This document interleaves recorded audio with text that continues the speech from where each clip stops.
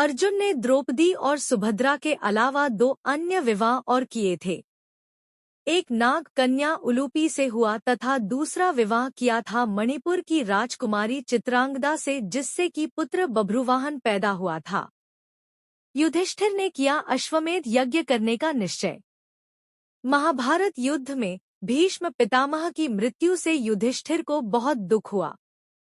तब महर्षि और कृष्ण ने कहा, अश्वमेध यज्ञ कर लो। पांडवों ने शुभ मुहूर्त देखकर यज्ञ का शुभारंभ किया और अर्जुन को रक्षक बनाकर घोड़ा छोड़ दिया।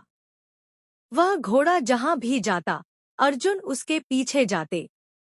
यज्ञ का घोड़ा घूमते घूमते मणिपुर पहुंच गया। यहाँ की राजकुमारी चित्रांगदा से अर्जुन को बभ्रुवाहन नामक पुत्र था।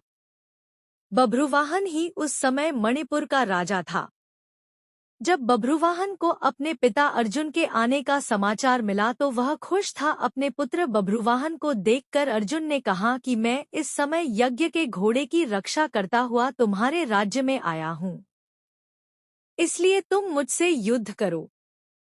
जिस समय यह बात कह रहा था, उसी समय नागकन्या उलूपी भी वहां आ गई।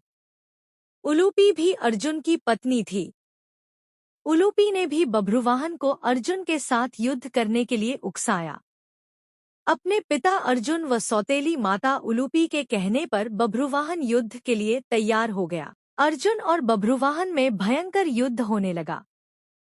बभ्रुवाहन उस समय अर्जुन पर बाण छोड़ दिया। उस बाण को चोट से अर्जुन बेहोश होकर धरती पर गिर पड़े।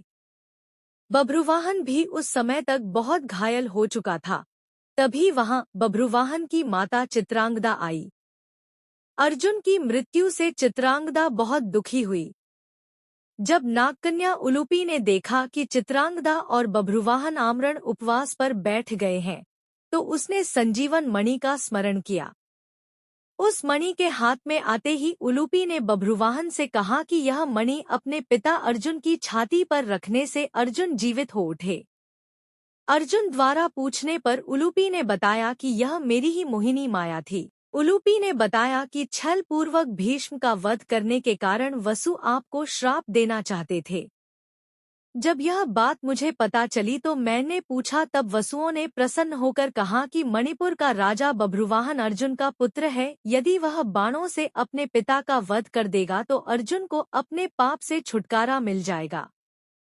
आपको वसुओं के श्राप से बचाने के लिए ही मैंने किया है। इस प्रकार पूरी बात जानकर अर्जुन, बभ्रुवाहन और चित्रांगदा भी प्रसन्न हो गए।